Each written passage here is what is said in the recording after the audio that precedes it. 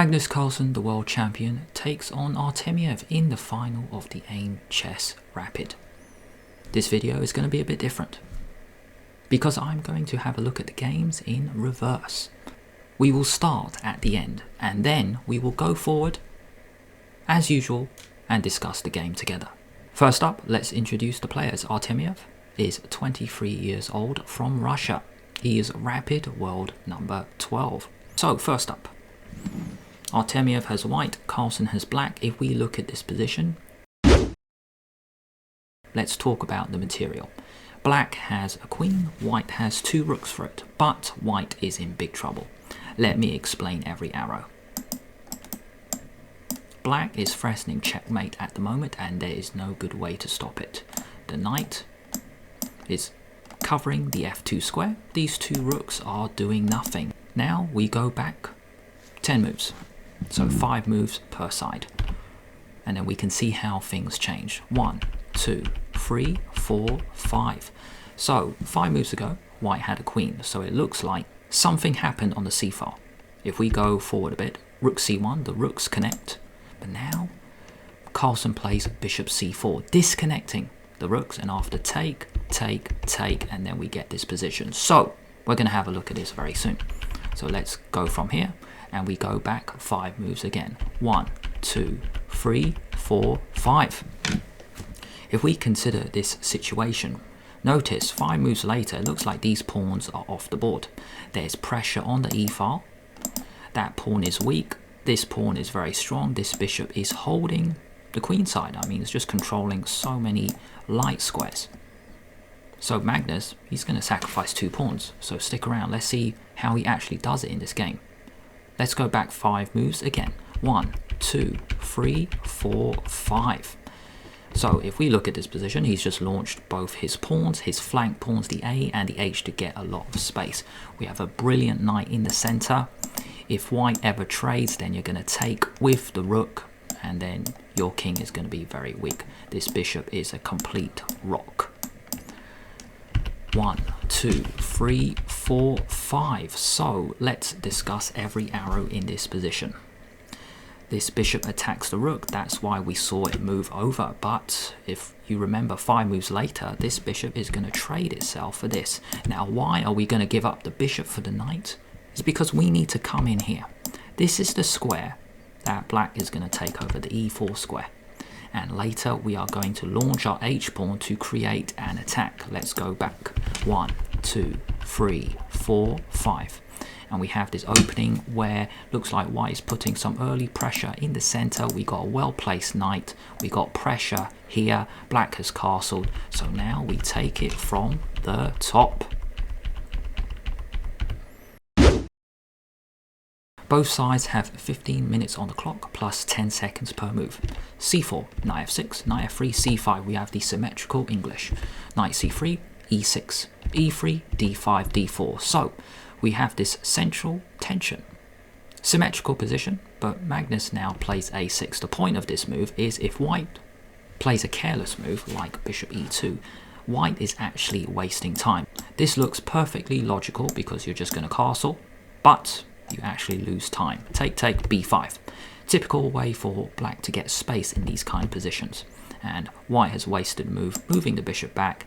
This bishop is well placed. Black is ready to take in the center. Bishop out, castle, we are good. So that's why in this position, just going back a few moves, you don't want to play a normal move. You want to capture in the center with c takes d5. You don't want to waste time. Take g3. Bishop is coming out this way. At Magnus, well, he's like not giving Artemiev a chance to get the bishop out the other way. He just locks it up with c4, bishop g2, and bishop b4, pinning the knight to the king. Bishop d2 unpinning, castle, and knight e5. So let's discuss this situation. We have a pin, pressure here, well-placed knight, and we got pressure here, but everything's good at the moment. Black has 2 defending it as well. Knight c6. There are lots of arrows. Let me explain every single one. Now I'm going to change the colors here. So later we're going to capture here, so then we can put something in the middle. Now, why play knight c6 is because if black If white takes it, then you can take back with the pawn. Notice this knight is not on f3 anymore. When the knight is not on this square, black actually has this attacking option to throw the h-pawn up the board. And this bishop, it could come out to f5 to g4, and the rook can come in the center to put pressure on the knight. So there's a lot happening here. Castle, rook e8, forcing a decision now. Unless white wants to play f4, but that might be a bit too much. Take, knight g4 looks quite strong.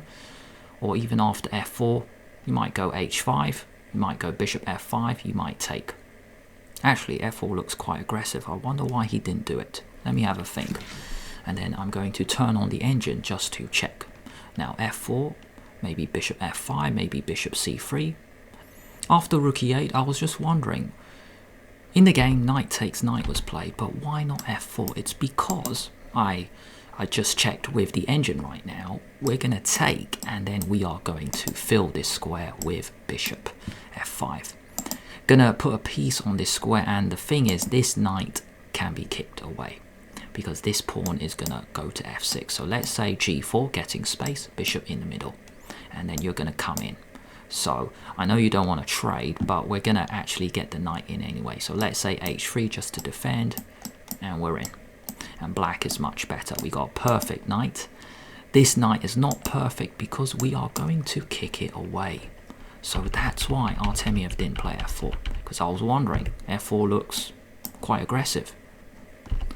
Take, and now b3, breaking up this structure. But now a5, cool tactical move from Magnus, because after take, bishop a6, using the pin. Queen c2, bishop takes pawn.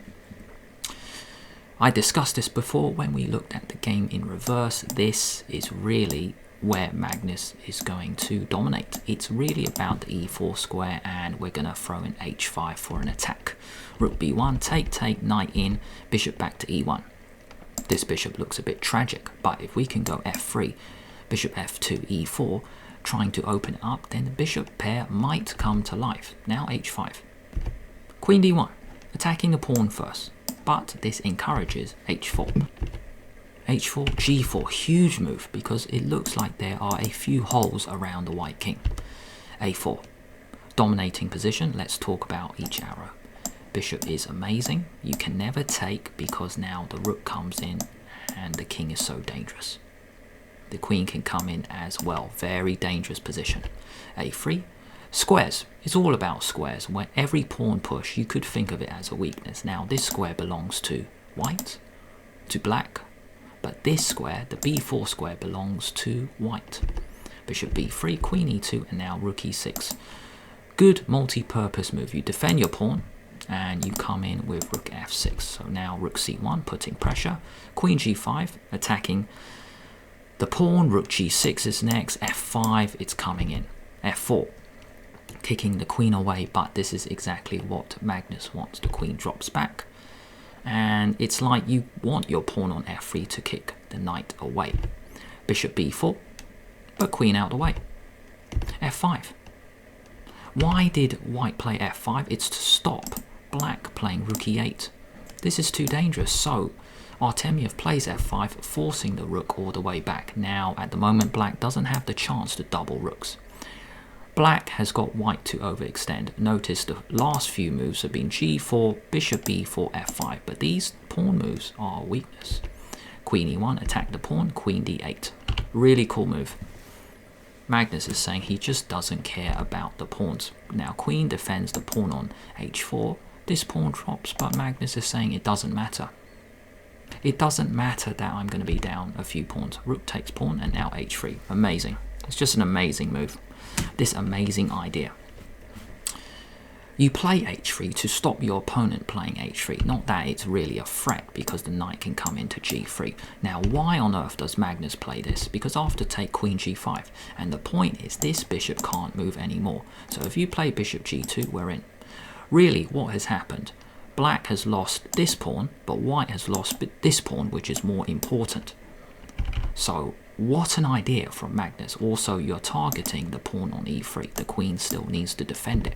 Queen e2, so then the bishop can move out the way. But rook c8. Now it's about controlling the c file. Rook c1, bishop c4, disconnecting. Now, he can move the queen away, but Artemiev decides to go for 2 rooks for the queen. Example, queen e1 can be played and then the game goes on. Well, hang on, no, what am I talking about? Sorry. Rook c6, no, shush. Say that again. Rook c1, bishop c4, forcing 2 rooks for the queen because you can't move the queen away because you lose your rook. So Artemiev goes for this. Now, it is possible to recapture, but Carlsen goes for 2 rooks for the queen because he's just crushing. This pawn is going to drop, this pawn is going to drop, check, king h7. That will drop, the knight controls the exit square and there's no way out. Bishop d2, that is a piece, but Carlsen actually goes for this pawn because we then have a discovered check. It's even more powerful. Yeah, knight d2, you don't actually want to be a bit careless. I think Artemiev setting up a little bit of a trap because after this, rook c8 and we got mate on the back. Check, king f2. So you don't want to give your opponent any chance. Amazing. Amazing. So here, bishop d2, it doesn't hang a piece because you don't take it. You go for this one and then we are crashing through. Bishop g2, bishop f3, game over. Queen takes g2 is going to be mate. It just looked like Carlsen totally crushed Artemiev. Now, going back to the opening, just want to show you one way white could improve, perhaps. After this, instead of g3, you go bishop e2, because it looks like this bishop should belong on this diagonal. Now, if you go c4, well, we can break it up with b3, and this bishop is actually very useful here. So let's just play a few moves. Castle, knight c6. Now we go b3. And if take, now we can take with the queen. And it's a bit different. Your queen and knight already attacked this. Even the bishop can come out to a3 to offer a trade. So that's one way to play this opening a bit differently. Magnus Carlsen ended up winning the first day 2.5, 1.5. If you enjoyed this video, please give it a like because it really does help out the channel. If you guys want to stick around, why not check out a few videos? Here is YouTube selection. However, if you don't like that video, you might prefer this one. Alireza Firouzja beats Magnus Carlsen in 29 seconds. This is a bullet video. However, if you don't like that one, you might prefer Brilliant Chess Sacrifices by Magnus Carlsen. Thanks for watching.